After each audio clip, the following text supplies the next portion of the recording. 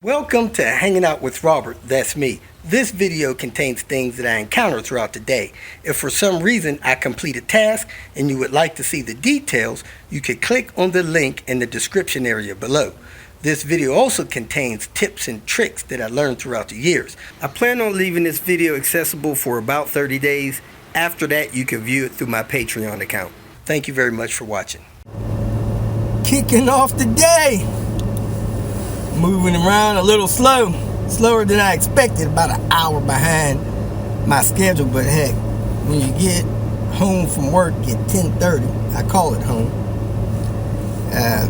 showing up before 10:30 the next day is a little tough when you're not used to it. Anyway, when we checked into our hotel room yesterday, now I go online, I use the app they request you use, I reserve a room. We like to have as much floor space as possible, meaning we want one bed in the room. And Diane and I have been sleeping in a king size bed 30 years. So I use their app and I say, hey, I want a king, only bed in the room. I reserve the room. I get there, they check me in. We get up to the room. Clearly not a king. I don't know what size it is. It's not a king. Maybe a queen, maybe, whatever is something other than a king. Look like a queen, maybe. So I made a comment to Diane that, hey, the bed's small. Maybe we're going to have a special night. Anyway, go to bed last night, wake up in the morning. We weren't as comfortable as we usually are because of the limited space in the bed. So I go down to the front desk this morning and I asked them if they had a king room available with a king size bed because our bed is smaller than the king. The lady said, sir, no, that's a king size bed. I've been sleeping in a king size bed for 30 years, lady. That's not a king size bed. Oh yes, it's a king size bed. We don't have any other rooms available, but I assure you that is a king size bed. Ma'am, please stop saying that. You can call that bed a king size bed over and over again. It's not gonna make that bed any larger. It's just not. We're not as comfortable as we expected. We're getting charged for a king size bedroom. If you get a king size bedroom available, please go check it. Make sure it actually has a king size bed available. And if you can, move us. Well, we're going to live. It's okay. But it would be nice to get a king size bed when we're paying for a king size bed. That's all I'm saying. So the lady looks puzzled. Well, nobody else has ever complained. I'm not sure this is a complaint. I paid for a king size bed. I'd like a king size bed. If you got a king size bed available, move me to a king size bed. That's a complaint? Or it's a notification, observation. It's reality. It's what it is. Me, a complaint would be your mattress is lumpy. Your sheets don't fit. There's too much noise in the room. In 1,000 feet, at the traffic circle, take the 4th exit onto State Street. The heat don't get as hot as it should be. Those are complaints. The bed not being the right size, I'm not sure that's a complaint. It's just not right. Let's make it right if we can. If we can't, I understand. I can live with it, just not going to be as comfortable as I thought I would be when I booked my room. I'd like to get a king size bed, please. Thank you very much. So anyway, we'll see what happens. Exit the traffic circle onto State Street. We'll see what happens later on today. Other than that, about to get to work on this T5. I'd like to see some of the Steeler game today since this is probably going to be Big Ben's last NFL game that he ever gets to play. So we'll see what happens if I get to see some of that game. Whoop, whoop. And I am pulling up now. Man, I need some spikes on out here. This is like an ice rink. Whoa. Man, my ice cards are doing okay. keeping some traction on a lot of this icy roads and driveways and stuff. Didn't slide much at all. I'm a little impressed. Last night we almost had a tragedy.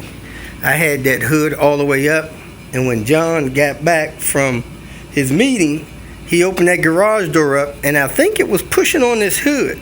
I didn't notice it, but he stopped it halfway up, and when he went to lower it, I seen the hood move and make a funny sound. So, I'm glad he didn't go all the way up with that thing. I hate to see him bend his hood on this thing. Anyway, got the heat back on, heating up the room a little bit. I'm going to continue to pull this dash pad, pull the center console, then pull this dash out so I can get that evaporator out and replaced, and check these blend doors, figure out why they're binding up. Man, glove box drama. A lot of that stuff is busted up around the glove box. Guess that could be rebuilt. Got to think about that. This one's already loose. Need to take this loose here, pull this glove box out, and then pull the rest of the couple of screws out, get this dash pad off, and disconnect the airbag under. Tool on John's Swiss Army knife. Perfect for releasing those hinge strap latches. Pulled the ashtray. Easier to get those two T15s out from down there when the ashtray's out. Now I'm going to pull the center console out, making sure I don't jack this boot up, and then get those two T25s out down there. Unplug the big wire harness. I already unplugged the airbag plug and this connector there on the airbag. I should be ready to pull this dash. I don't think this has to be unplugged, but we'll see.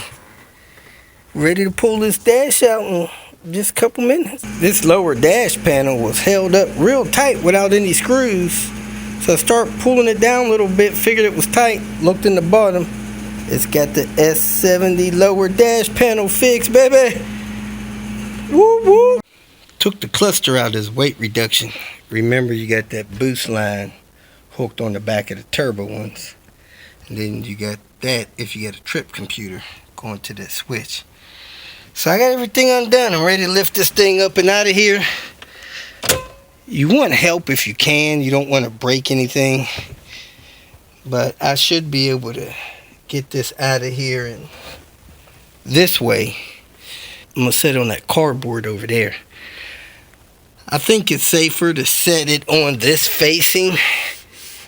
It's a decent piece. It's not as brittle as everything else on the backside. So I'm going to set it face down.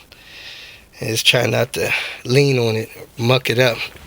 But, man, he's only got one crack right now, right there. Hopefully, when I get done, it'll still have one crack on it. Because those things are worse than rice paper. When I seen John last night, I asked him if he thought this dash was messed up. He said no. I told him I think he's right. Because when I pulled these screws out of the firewall, none of them were loose, popping around, flapping around, none of that stuff. And every one of these dash mounts in perfect condition. Guess that's one benefit of having a garage kept car. So I'm going to support these anyway, because that's the thing to do in case they break in the future. But people say bad suspension breaks these mounts. Man, I don't know about that. I'm starting to think most of these mounts are broken because people lean on the dash. They put their foot up on the dash. They lean on it crawling around in the car. I think that's probably the number one reason why these mounts are busted. People leaning on the dash. So don't lean on the dash. Don't crawl in your seats. Put your knees in the seats. Break the seat heater wires. Don't lean on the center console in the back. Flip the armrest back and push it back extra open. Break the center console. You know, you got to take care of this plastic stuff. By all means, when you put these things back together, you put screws back in them. Don't use no power tool, no electric screwdriver, nothing like that. Snug it down by hand. Make sure it's snug, leave it there. When you tighten them, you start breaking all this plastic stuff. The passenger side still has these screws, but man, even those are broken. Look, see how that's broken there? Middle one's broken. That one's good. So I'm gonna probably reinforce that with epoxy down in there. Try to get those right. This one's totally busted. The cast nut's missing. That one's busted. That one's busted. So you gotta take care of your plastic bits on these European cars, baby. That's all busted there. Just shattered, that plastic is. That one there looks like it's in decent shape, but it's shattered as well. It's plastic stuff, man. So I got the dash out. While I was pulling the dash out, I was having a problem over this side. Turns out one of my wires, probably to my AFR, was threaded through in a way that it was stuck around a duct. So fortunate for me, I know that corner duct peels off or separates, so I could thread that back through there. Anyway, let me look down in here, see if I see why these blend doors are not working properly. Then pull this box out of here. You got 14 there, I think a 14 there, 14 there. You do not have to remove that screw there. That screw there is a guide. Does not need to be removed. Then I think this will fold in. I might have to take some of this harness loose or something. Maybe take that plug loose over there. Get this harness to fall in with the dash. Probably got to take these loose here. May have to take this bracket out here. Get this dash to come in here. Allow me to get that evaporator out. Evaporator's right behind here. Man, we got some weird stuff going on here. I'm seeing little plastic bits in here. Now, I think I remember when I took this loose, both of these things was on heat, but the left hand one is closed off the heat. The right hand one is opened up the heat. So there's probably only heat coming through the right side. The left side probably just throwing cold air. Now this is the thing that's busted. I didn't remember it being totally busted away, but that opens up air to get up here, and I honestly don't know why that is jammed. I see on the other side there's also one of those tips down here that can turn that open, but it won't turn open. I don't know why. So I'm gonna look down in here looking for something jammed down in there, stopping it from coming open, and I don't see anything. So what I'm probably going to do is take the heater core out, which I got to do anyway because I need to take the heater core loose to get this chamber away from the firewall to get the evaporator replaced. But I'm going to try to push those up by hand from down underneath. Try to figure out why they're jammed. Then some of these are deteriorating. I'm finding little bits and pieces of these door flaps in here. Now, of course, this motor here controls this flap door here for the center vents. And I assume these here are for the vents going up to your defrost probably. So I have to figure out why that won't open and close, why it's jammed up like that. So let me pull this motor, try to make sure this works, and then, man, it'd be nice if I could test this thing, but it's all disconnected. I don't know if I could plug this unit back in and control that stuff, but one of the plugs to the harness is with the dash. And then you got this master plug over here disconnected, so there's so much going on I don't quite understand. But Anyway, we'll keep at it, see what's happening. Do do do do do do. What in the world is that plug for? Been off the clock for a few hours. Sebastian came by with his new to him T5R. Took a look at that, man. That's got a lot of stuff going on there.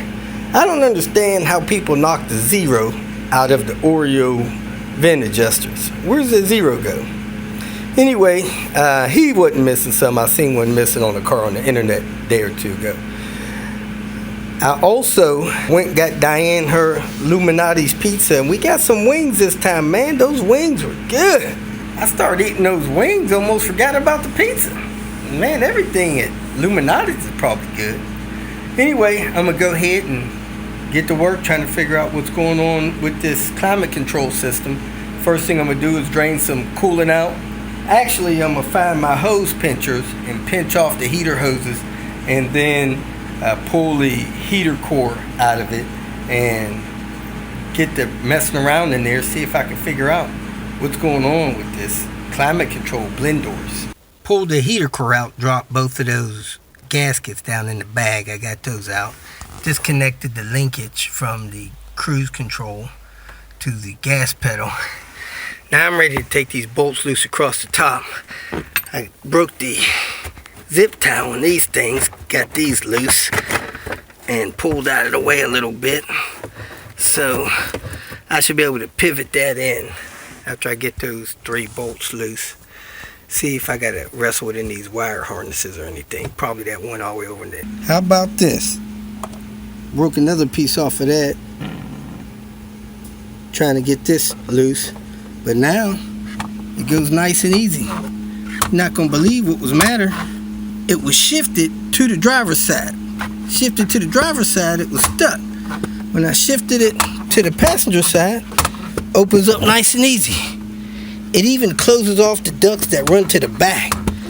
So this thing was somehow jammed over there. I don't see anything fall out. I just tried to, I don't know what this, I just tried to lift it up from this side over here by putting my hand up under this floor vent, and when I pushed on it, it scooted to the left and it unjammed. So I'm gonna pull this away, see if there's any way I could replace that sleeve on that thing and go from there. Sometimes these motors have these sleeves on them and you could replace those, but I don't know about this one. Guess I could grab it with pliers and see if I could pull it off of there.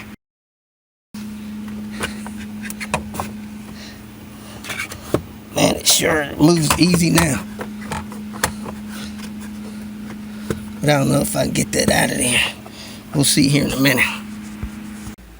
After playing with this door for a few minutes, letting it sit, and then it gets stuck again. So looking at it closely, it appears that the edges of the flap, you can see them deteriorated around here and broken off. The edges of those flaps turned into goo, and the goo turned into like a glue after it sat a while without being adjusted, and then it got stuck closed, like it was glued closed by the edges of the door flapper thing. So that really stinks. I really don't know how to fix it because I don't see how to get that out of there. I think that is actually part of this door flap here, and to get that out you'd have to push that rod out. So I don't know if you're able to get in here and push this rod out or not. Let me take a look with my camera, see if that rod could be pushed out one side or the other, and then that door could be replaced. So let me take a look at that on my camera. It appears that that square rod can be pushed out. If so, I'd try to pull it all the way out so that I could pull that one out, clean out all that gunk so it don't get caught closed anymore, because I don't know if brake parts cleaner will wash all that out or not. and then replace the one on this side because the rod is busted on this side. So let me see if I can push that out somehow and go from there. I'm not sure how far I want to go on this, but it kind of looks like I'd have to split this compartment in half and open up a new Pandora's box. Not sure if I want to do that. Take that bracket off the bottom, start taking these clips off, separate that box, see if I can get that stuff apart and get those things replaced. But I really don't know if I want to do that. Let me think about this for a couple minutes. I went ahead and pulled this out. Had to unplug these plugs and undo the zip ties from it and got it out. Because what's going on here, and I don't know if you can see this here, this one is cracked too. I don't even know why that one's cracked. They didn't even get a deal on it. What's that thing called? A motor on it. But this stuff down here is turned into goo, and it is sticky. So the only way this is gonna work, and that's super glued on there, but man, it don't look healthy, is to, maybe I could take a piece off of this side and glue it on that side to make it square. But this stuff, after it sits 4 or 5 minutes, it sticks again. It's to scrape this stuff out of here. And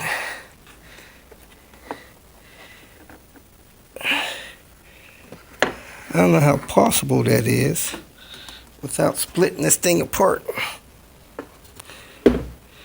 Looks like I could take this side off with these screws. So let me go ahead and take these screws out. Take this side off. See if I can see in here.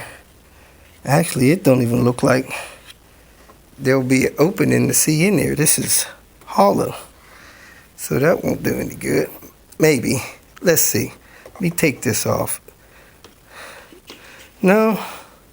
That's a whole separate piece that'll come off of there. And I'll still have this wall here that's stopping me from.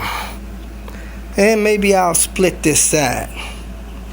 Let me take this off, split this side out, see if I can get in here and clean this stuff up a little bit. I was able to pull that side off, so I'm sure that's the same for this other side. It can be taken off and this door can be replaced. Heck, it's already got screws missing from it, maybe from that motor. So I'm sure that door can be replaced where that thing is broken, because it looks like this just slides off right here. Oh man, it's sliding the whole way out of there.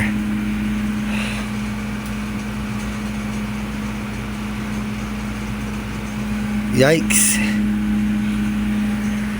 Yeah, that slid out. I gotta clean that off, cut that off or something. Left hand side so it's not gooey and sticky. See how it's sticking to my fingers? And get this cleaned out here. And see if there's anything I could do to help that. This probably, I'd have to split this here to get this door off of this side. Maybe I could get that out at the salvage yard. I'll ask John if he wants me to do that. It's a lot of labor.